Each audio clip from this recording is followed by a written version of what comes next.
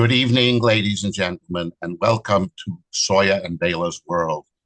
It is Thursday night, February the 20th.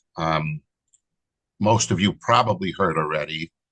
For those that have not heard, the Bibas family, in addition to another person, was released today. Unfortunately, they came out in body bags. It's a very tragic, very sad day for the Jewish people, not just in Israel, but across the world.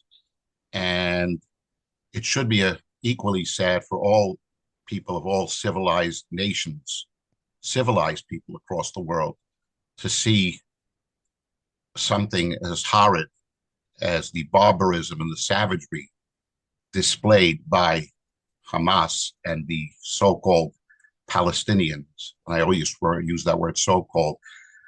I'm going to open up tonight by Baila. Would you please give us a roundup, talk about this? I know this is a very difficult one. It's been horrible. So here's what's been going on. So as we know, the bodies were released. They were supposed to release Shiri Bibas, Kfir, and you know what? I am so broken up with this that I have a blank with a name. Well, the two little boys. The two little boys. Yeah. Ariel and Kfir. This is just this is shaking me up incredibly. So what happened was they were going to identify the bodies, and after completing the identification process by the National Center for Forensic Medicine, and they did that in cooperation with the Israeli police. It just came out this evening that IDF representatives informed the Bibas family that their loved ones, Ariel and Kfir Bibas, a blessed memory, have been identified. According to their assessment, and these are professional authorities, and in accordance with the intelligence available to us and the forensic findings, these two little boys were brutally murdered in captivity. And it happened, according to what they say, in November 2023, which is about a month after they were captured. During the identification process, it was found that the additional body was supposed to be Shiri Bibas, but it turns out it wasn't. They have no clue who that woman is. Not only that, but no match was found for any other abductees. The body is not Shiri. Okay, the two little boys were identified, and they were identified to have been murdered in a brutal manner. But the other body of the woman is not Shiri. We don't know who she is. Nobody knows who she is. It's an anonymous body without identification. This is a serious violation by Hamas terrorist organization, which was required by the agreement to return 4 dead abductees. Well, Baila, it is to be demanded that Hamas return Shiri home along with the other abductees. Who is that body? Where is Shiri? If she's alive and if she's still a hostage, where is she? How did they put a different body? The question is, did they do this on purpose? That's the question. Did they do this on purpose? And if they did they not think that forensics was going to try to identify the body? This makes no sense. I'm telling you, I am lost for words. Senseless and horrific. They commit. Everything they do is about psychological warfare. So when you go and you ask, did they do this on purpose? It's hard to imagine that they didn't. It's hard to imagine that somebody would do this to do what they did, but this is what they do. And psychological warfare is the game that they play every day. So Yeah, to such an extent. By the way, do you know that they locked the coffins? Originally, they locked the coffins that needed to be opened with a key. I guess they should have been suspicious at that point. There's no doubt in my mind that it was done deliberately. It was done on purpose. And as you mentioned, this is a grotesque violation of the first stage of the agreement. However, Baila, it's not, and Soya, it is not the first time they have violated the agreement, nor is it the last time they will violate any further agreements if there are any further agreements. Can you imagine the word agreement even? Agreement usually you make with the person, it comes from like agreeable. You're making it with a sane person, that the two meetings of the mind. Could you imagine making meeting of the mind with a barbarian, with a person who commits monstrous acts? It's like making a deal with Hannibal Lecter. And who are you going to sit down and make agreements with? I'm going to put you in next to a live body. Please don't eat them. You know what I'm saying? Like, How do you make a deal with someone who committed such atrocities and then expect them to keep to the deal? So there really isn't, and the not the funny, the insane part that keeps on being more and more insane is that this is not the first time. And think about it. I mean, even let alone today. I mean, we're not up to this part, but think about it. Somebody, and we know that it was probably Hamas, because in Tel Aviv, somebody planted 5 bombs. Oh, yeah. That's separate, five separate pieces of transportation. Right. Three of them detonated on buses. Luckily, from my understanding, nobody was injured, and it was 3 buses. But who do you think? What peace agreement? Well, they messed up the time. They also messed up the timing too. And they need to be carpet bombed. They need to be carpet bombed. They need to be cleaned out, wiped off the face of this earth, Hamas. They shouldn't be planted anywhere else, because when you're planting people, and they shouldn't be provided money. They shouldn't be provided anything. And every single country should be standing together with Israel. It shouldn't just be the United States now. But they're not. That's the crazy thing. The world is watching. The world is watching, and the world heard tonight how these babies, these precious little boys, were murdered in a brutal way. And as time goes on, we're going to get more details. How could somebody not have nightmares? I can't even. What kind of details? I can't even speak Baila, clearly. What are we going to be told? We're going to be told that those 2 little babies who were so innocent and didn't have full cognition and understanding of anything other than just. And what they did was, on the coffin they wrote arrested. Do you know that? You know what they on the coffin of all these hostages, of all these dead hostages, they wrote arrested October 7, 2023. Lil Kfir and little Ariel was arrested for what? What crime did they commit? Because they were born Jewish? That's the crime? They were for being innocent in their home. And as Baila said, being born Jewish. I think this leads. I think this leads. That's a crime.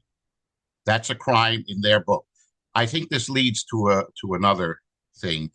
I think people should be aware that this is not a war over land. This war with Israel is a war. It's a religious war. It is a jihad. It's a holy war, as far as they're concerned, based on their religious beliefs and faith. Unholy war. Unholy war. But it is not over land, because land they were offered, and they had an opportunity to have land. And they did, in fact, have land, the Gaza now, totally independently, without any restriction. There has been it wasn't a cage of any kind. It was an open, beautiful piece of land that they could have built a beautiful island of paradise on. It could have been a tourist site. It could have been all that money. But I will say that's this. What it was, and since 2005.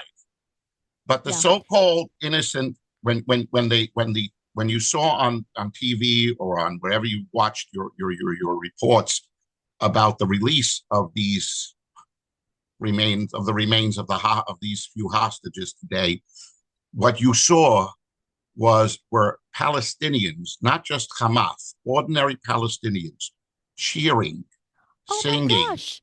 It was, celebrating. and I will Now, say this. when you look at this and you think to yourself, are these people innocent civilians?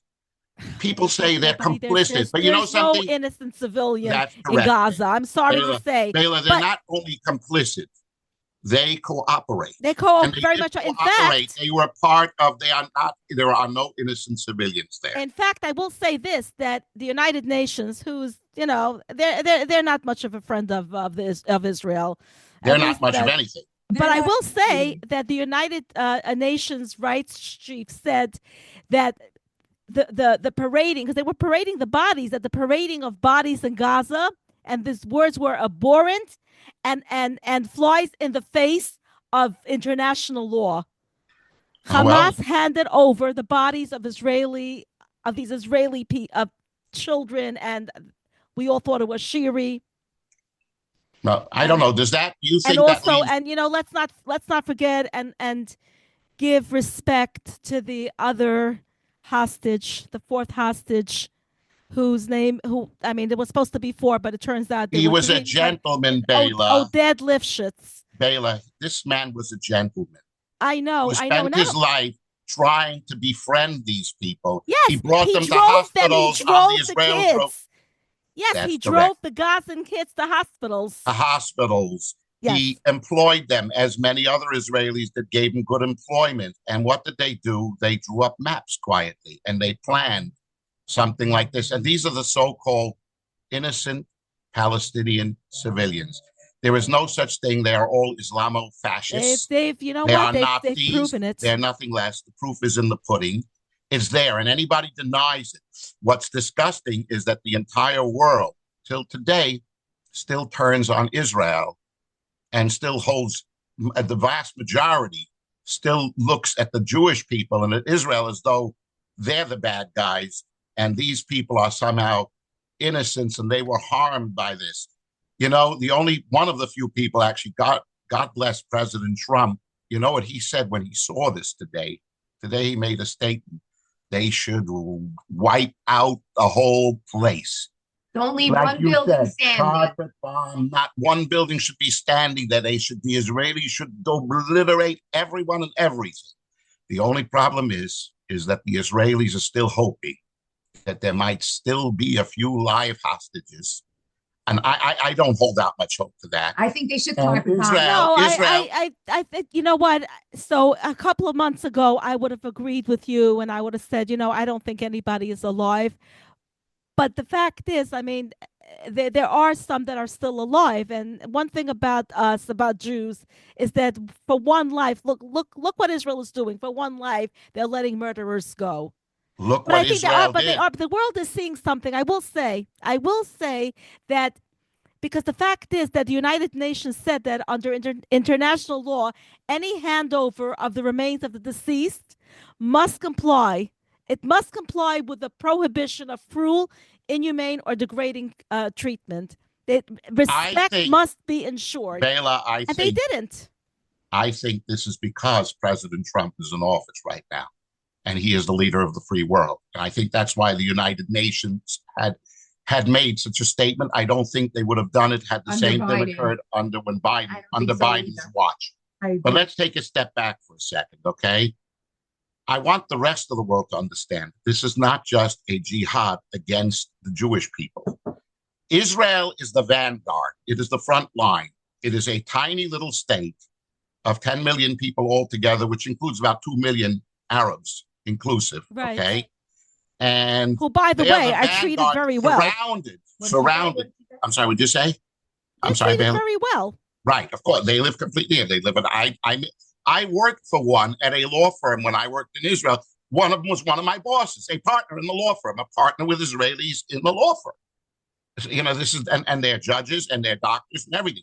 They have the highest standard of living anywhere. They are equal citizens in every way. They are members of the government. They are on the Israeli Supreme Court. They are totally intermingled and intermixed. They live all over the place freely. So anybody that wants to say anything about Israel being an apartheid state, that gets me sick. It's another one of those lies and fabrications put out by these sick Palestinian liberation groups and all that garbage, because there's no such thing. It is less apartheid than America, than we right here in the United States has ever been. It is more integrated than we are right here in the United States. But let me get back to what I was saying. I want the world to understand that this jihad, again, Israel being surrounded by all of them, very easy, the Jewish people and the tiny little Israel is the vanguard for what's to come. They are infiltrating, and they have already infiltrated Europe. They are infiltrating the United States. That's right. Their ultimate goal is a global caliphate. Global caliphate. This is their messianic goal, is not, unlike the Judeo-Christian heritage that we believe in a single Messiah that will bring light, love, and peace to the world, which is our joint heritage. Islam believes in a 12th Mahdi or something to that effect. You either convert or you die. You convert, exactly said. Yeah, I don't even think that's not even what it's about. It's not even about, yes, that's the Christians did that, going back in history. But it's not even about convert to Islam or die. You're Jewish, I want to kill you. That's how they see it. A Jew, as far as they're concerned, the Jew doesn't deserve to live.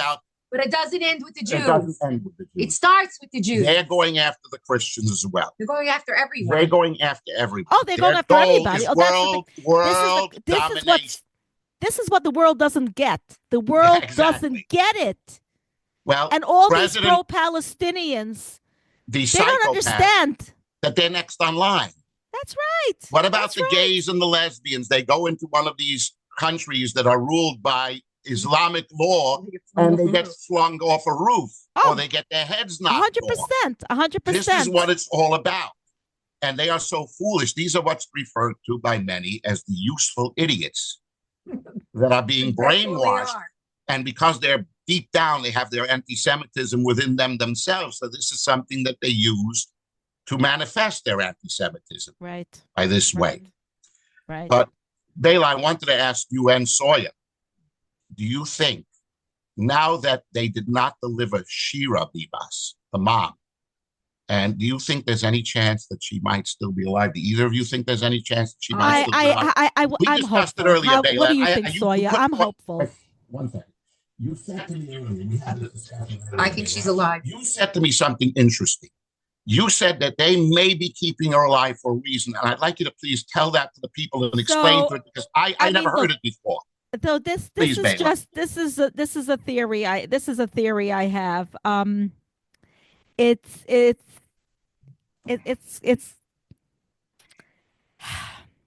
one thing about there's a thing called the jihad baby. Now we spoke a little bit about that. Right. I didn't understand it until you explained. A jihad baby is a baby born out of struggle. That's how it's defined. And according to it's a rape. Well, right, but they consider a baby. In other words, when a mother, in fact, it still exists today, not just a few years back, but young Arab men would lure young girls into romantic relationships and bring them to Arab villages, and they lured them in a way, with candy, with chocolate, and they acted like the perfect gentleman. They would date them, and sometimes the girls did not even know, these Israeli girls did not even know that they were Arabs. They thought they were, dark Sephardic men. They had no clue, and basically what they wanted from them is to impregnate these young girls to have their babies, because those babies are considered a baby born out of struggle. Now, according to the Muslim religion, a baby that is born takes on the religion of its father. As opposed to Jews, where the religion of the baby is according to the mother. So if the mother is Jewish, the baby is Jewish. So according to the Arabs, Islamic one second. law, so Arabs, I just want to say, Arabs love it when a Jewish woman gives birth to a baby, their baby, because then it's bringing a Muslim child into the world. Mm-hmm. And By it's a baby Islamic that's law. born out of struggle. And that's what they're all about. They love that sort of thing. Now, so Baila, why do they do that? What do they have from these babies? What is the goal? I More think I more can mu- answer that. more I think I can Muslim answer more that. Muslim To raise babies them and to kill Jews. Exactly. to kill. Well, sometimes they will kill the mother, and I don't know what happened to Shiri. I feel I'm hopeful that she's still alive. We're not going to know. We don't know anything, but it's possible that But they've based kept on your her. theory, It's based on very this theory that possible you're they saw a presenting, it's woman. possible that they're holding her for a It's reason. possible they saw a woman who's fertile. She is healthy looking woman, two beautiful babies. It's possible they're using her for that. I don't know. I can't say. I don't know. But the problem is that when you're dealing with savages, when you're dealing with monsters, the most craziest thing is possible with them. You know, and So what's this? the worst nightmare that one can imagine is That's what something they're that gonna- they can do. You know what also disgusts me I so can't. much? We talk about this. I can't How give these can- people the benefit of doubt. They pulled babies out of their cribs, cut off their heads on October 7th. Put them in ovens Baila, they put them in ovens and bake They them put them in alive. ovens too. Yes. They yes. microwave in babies. front of their parents. It's horrific. And you know what's disgusting is that there was recently just a poll that came out that showed here in the United States a majority of Democrats. And when we talk about Democrats, we're talking about these leftist liberals, by and large, unfortunately, sickeningly so, still have more sympathy for the so-called Palestinians than they do for the Jews. It's unbelievable. It's just sickening I because know. this is anathema to the Judeo-Christian heritage, to everything that Western society believes in, to what we are founded upon, to what the pillars of Western society are. Whether Yeah. you're Jewish or whether you're Christian, whether you follow Jesus or you don't. The message of Judaism, Christianity, despite what Christianity had its offshoots and did over the centuries, but nevertheless, essentially the message is light, love, and peace, not murder, not something of this. Yet they don't even recognize, they refuse somehow to recognize the savagery, the brutality that they see right in front of their eyes, and they still hold with those people that are responsible for that kind of savagery and brutality. These monsters, these Palestinians, Hamas, are much worse than the Nazis were. And I'm going to tell you why. Because if you look back your history, first of all, Nazi soldiers that were shooting Jews or killing Jews, they didn't quite do it in the same barbaric manner as these. They didn't bake them alive. They didn't rip off the heads in front of them. They went out as bloody and Well, gory. they killed baby. They shot children in front of their parents. Shot the back, not as horribly gory. They didn't Well, stick no, them they didn't put babies in ovens. They it was didn't different. chop It was off done heads. differently. But let's say they did horrible things, unspeakable. I'm a child of Unspeakable Holocaust things. survivors, so But nevertheless, I Baila, grew up hearing Baila, things, Baila, horrible things. Baila, a great many of these Nazi soldiers, after they had done these things, they had feelings of guilt. They had to drink themselves into a stupor. Some They of could them. not live with themselves. Many Some of of them. could not. Right. Many of them had a drink to be able to sleep. They could not. These monsters, on the other hand, not only they do it with glee. They do it with joy. They call up their mom and say, "Hey, Mom, guess what? I just slaughtered 10 innocent human beings. Hey, so more power to me, Mom." And Mom says, "Oh, my boy, that's my boy. That's my boy. I'm so proud of you, my dear son, for what you have done." And those are the so-called innocent Palestinian civilians that are telling their sons how proud they are of what they had just done. The Nazis didn't do that. Additionally, the Nazis, they tried to hide it. They didn't want people to know, but they didn't want the world to know. The world found out. It was death camps. They didn't want people to know. Later on, they wanted to destroy the camps before the Allied armies were able to get there, so it shouldn't be shown what was going on. They destroy, burn, get them. These animals do it with joy and glee in such a way that goes beyond anything the Nazis had Okay, ever so done. there's an answer to that. So I wanna answer that, and then I want to circle back to something else that you said about the Yeah, rest of the world. So right. my response to that is they give birth to children. When they're pregnant, they hope the child will martyr itself. I remember I was in my late teens, early 20s, and I was watching a documentary where pregnant Palestinian women were being interviewed, and they said, I hope that they said, please God, please Allah, I hope the child that I am carrying will martyr him or herself. So they're brought into the world with a focus of killing Jews. And if they have to die to kill Jews, then so be it. That's the difference. The Nazis were brought into it. Not to kill It was, themselves. some wanted to do, some volunteered, some were forced. We don't know. But the Palestinian children, they're brought up, they're taught in school and in plays. I've watched plays where they kill Jews and they do and they pretend they do role playing where they strap themselves with explosives. In other words, this is their very life's mission. Yes, This is embedded in them. believe they are born to kill Jews. This and is if it means that they die along with them, that's fine. Because according to them, they're going to paradise with their 70 virgins. Right. Well, it's interesting you say that, Baila. And, I address you both, Baila and Soya, because I remember listening to a Rabbi Yossi Mizrahi, and I listen to his lectures every now and then. I enjoy it. He said one thing. He said, if you handed a gun to a Palestinian, Hamasnik, or one of these savages, and you tell them, you pointed it right at a Jewish man or woman and said, go ahead, kill this Jewish man and woman. However, when you do, you're going to have your arm knocked off. You're going to lose an arm. They will still shoot that Jew. In a heartbeat. It doesn't mean a damn thing to them. They will give their lives. If it means I will blow your head off. They believe they were created for this purpose. They Right. believe they were created for the purpose of killing Whereas Jews. the Nazi soldier, if you told them, shoot this Jew, but we're going to cut off a piece of your finger, you say, hey, don't touch my finger. Of course I'm not not. shooting that. Of course not. It's a big And by difference. the way, they were very neat. They wouldn't want their fingernails to get dirty either. That's exactly right. There's a difference. Baila, I want to shift now.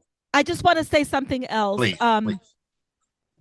You're talking about the rest of the world. What does the rest of the world not see? What the Palestinians are? You would think at this point they would see what Hamas is. The answer is there's a psychological factor involved. When you hate a person, no matter what they do, you will still hate them. You will downplay the good they do. And when you love somebody, even if they do bad, you will defend them. The fact of the matter is, the world hates Jews. The world hates Jews. So if somebody hates us, right, it doesn't matter. Even if they kill us, the rest of the world will say, well, the Jews started it. That's really what it's about. You're 100% right. It's an irrational hatred that's gone on since the beginning of time. Well, listen, we've been hated since the beginning of history. That's nothing new. There's been a historical since there was historical sibling rivalry between Ishmael and Isaac. Right. But the interesting part of it, though, is that when you go back then, at the very end of the Bible, at that time, at that portion when Abraham died, right, Ishmael and Isaac made peace between themselves. They made peace. They came to terms. The brothers got along. They both buried them together, and the Torah goes out of its way to say that they buried them together. Ishmael and Isaac, both sons buried Abraham as one unit. So there was peace between them. There is something that says that by the end of days, which we are in now, and I'm convinced of that, and I said it many times, we're in the final round up. It could take up to 2030, and I'm not going to get into my calculations now again, but I've said it many times, but there has to be a point, and maybe that's part of where the Abraham Accords come into play. There is some degree of peace happening between the descendants of Isaac and the descendants of Ishmael. And this is something that they say at the end of days will come to pass. But there are so many savages yet out there that remain, and those savages, there cannot be peace with them.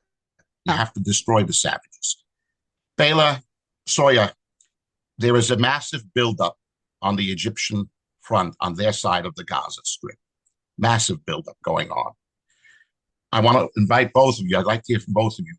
Do you think that they are actually now, they stated that they're against what Trump had suggested, and Trump stands behind, and he doubled down on it, and he said they have to be removed because there is nothing left of there, and it's not habitable. It is not humanly habitable, and he would remove them.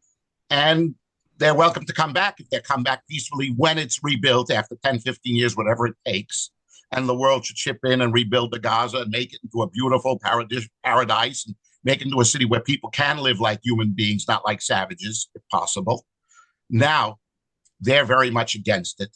They don't want to take in any of them. They're afraid that Of course not. On Jordan, they're Egypt, they're not stupid. They're going to be overwhelmed by these savages, and it's going to cause, conflict within their own nations. But I ask you both, do they pose a threat now? Do you think they're gearing up for war, or is this just a question of just posturing at this point to make their point to Donald Trump? Will Donald Trump, will it make him back down from where he's standing? And do you think they have any chance of standing up against Israel if they had to go into conflict with Israel? Baila, Soya, whoever. Go ahead, Soya. You want to go first? You can go first. Okay.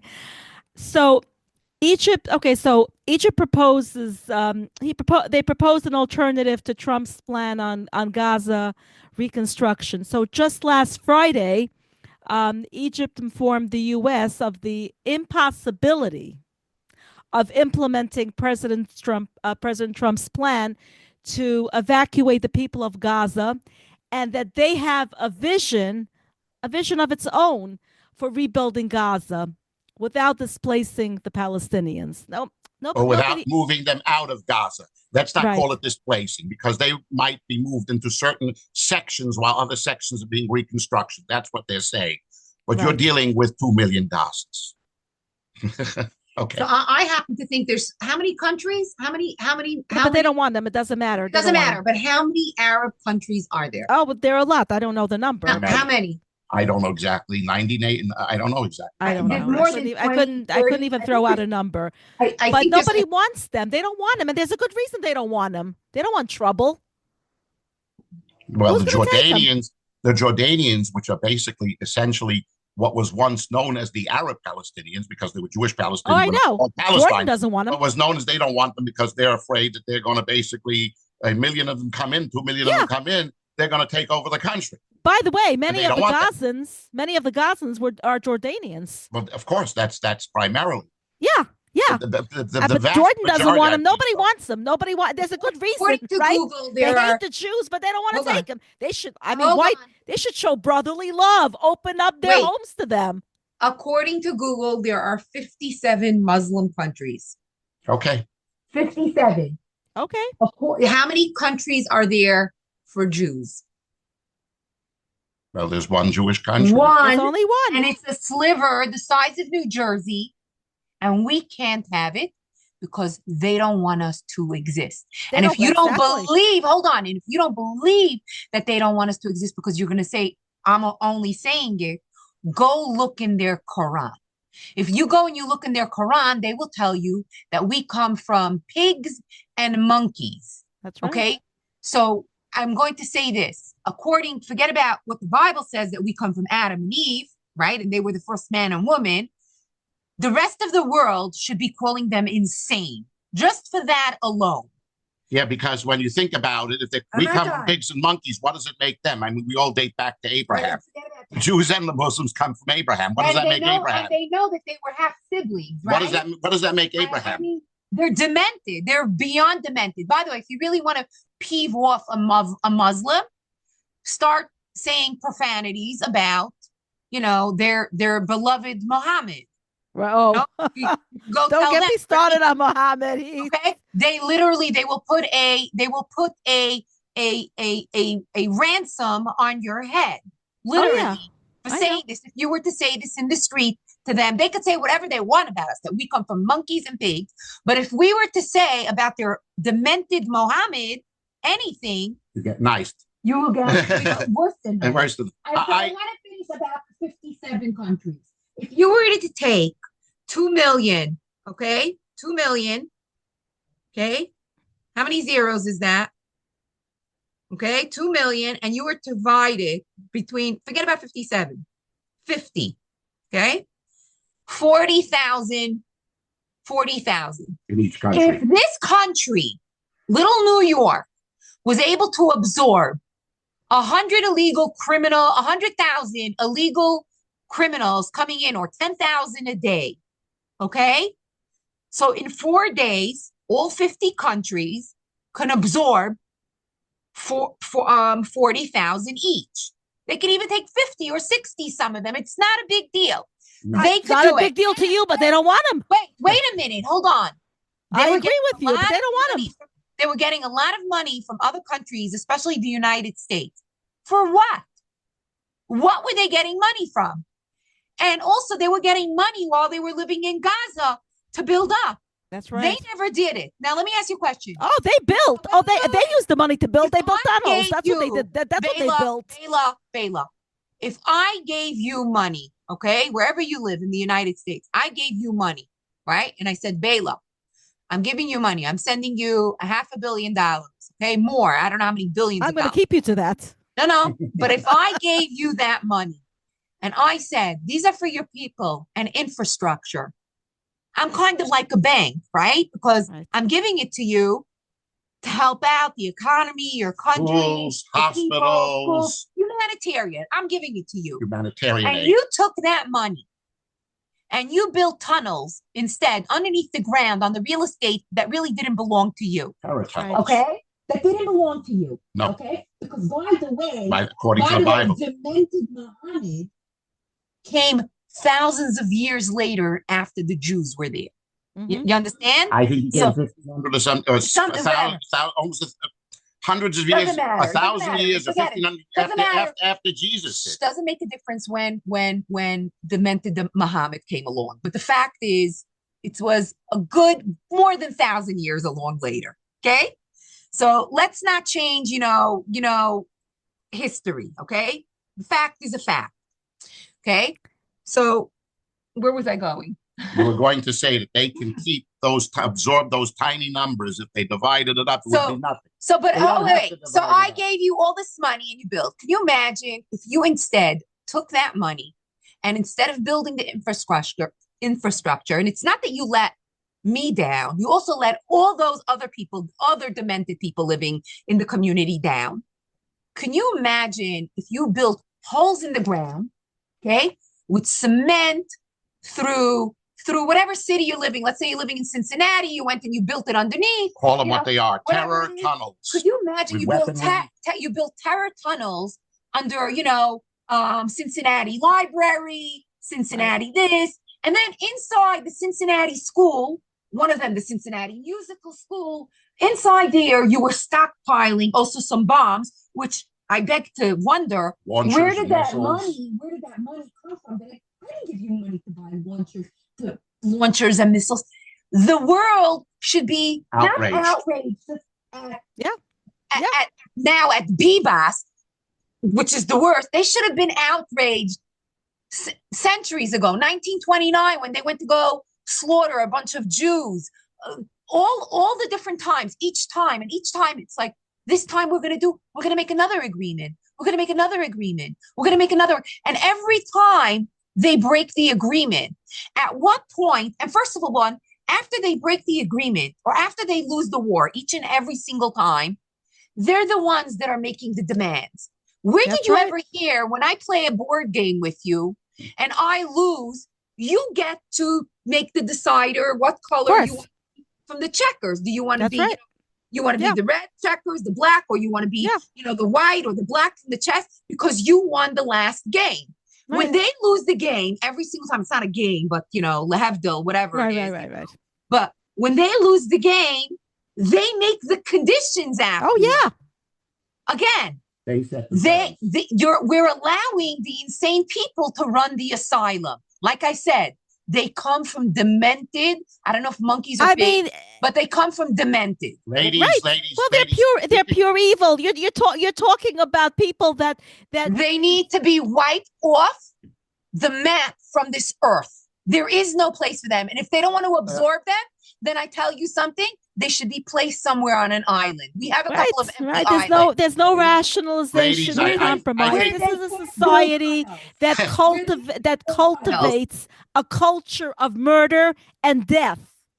This Right. is a Ladies, society that we are tolerates unanimous. Hamas sympathizers. We are unanimous society on this. is We are tolerating unanimous it. on this point, but we're running out of time. So Yeah. I want to go back to where I was for just a minute. I don't mind which one of you ladies, but by all means address it unless you'd like me to address it. What about the buildup? Is it there to defy Trump? Is it threatening war with Israel? Why are they doing it? And where can it lead? Does anybody? Why are they defying Trump? No. Why are they doing this massive buildup in Egypt? Why are they doing this buildup, and where, and where can it lead? I'm going to answer when it. you say buildup, what do you mean? The military buildup going on their side of the Gaza. What? Because they're getting ready to go fight. Okay, so you believe that this is a prelude to an invasion, to an attack, or at least in the Gaza. I agree with that. They're always looking to go and attack. Okay, I'm not. And what do you think? What do you think they're doing with all the released prisoners? What do you think they're doing? You think they're not gearing up for something? Wait. You think that they're not? There's no strategy in place as we're speaking. Ladies, please. I don't want to. I know you're impassioned about this. Ladies, I don't want to stop. People that were released. Soya, wait a second, ladies. I don't want to confuse. I don't want to mix up the Hamas and the people on the Gaza Strip with the Egyptian buildup. Okay, so we're talking about Egypt's buildup right now. Now, Soya just said that she believes it is a prelude to an invasion if Trump has his way. Okay, I don't believe so. I agree with Soya. Okay, I disagree on that. I think that they're defying Trump. They're trying to make their point stronger. There have been previous buildups, though nowhere near this extent. They have violated what was the original peace treaty between Egypt and Israel back in 1973 after the Yom Kippur War. They have violated it time and time again, but never to this extent. This is an act of defiance. However, I think that if you're right and they really think that it is a prelude to war, then they are completely out of their minds. Because if you saw what Israel had done already to Gaza, what they have done with the Lebanese, with Hezbollah in Lebanon, what they have already done in Syria, what they have done all over with anybody that has attacked them anywhere, I don't think Egypt could withstand, a counter strike by Israel or a first strike by Israel if need be, because I think Israel would destroy Egypt and Egypt's ground forces and air force in a matter of days, if not hours. So I think it's crazy. I think it is just posturing and trying to make their statement stronger as to what Trump had said, get them all out. And Trump is doing it with a good eye because he actually wants these people to survive, be deprogrammed, going into other places where they can be remade into human beings as opposed to the savages that they are, if it can be happening, if they live long enough, within a generation or two, that they can be deprogrammed to not to hate anymore. They'd have to be hypnotized, that's... Okay. Oh, you know what? Remains to be seen. In the meantime, let's hope that the hostages that are still in Gaza are alive. Let's hope Shiri is alive. So. Shiri Bibas is alive. I want to make one more point, Baila.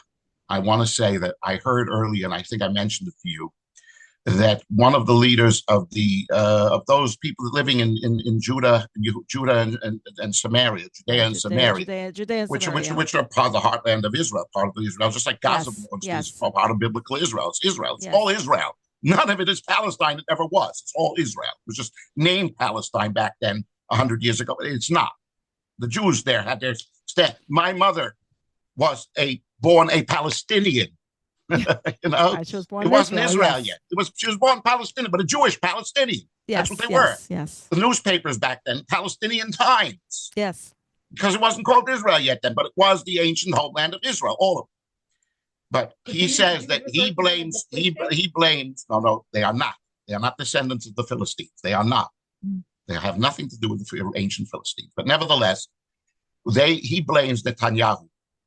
He says Netanyahu should have right away wiped them off the map. Netanyahu didn't do this. He didn't do that. He should have taken a stronger stance. And I stand back and say, look, I understand where you're coming from, and I agree it has to be done.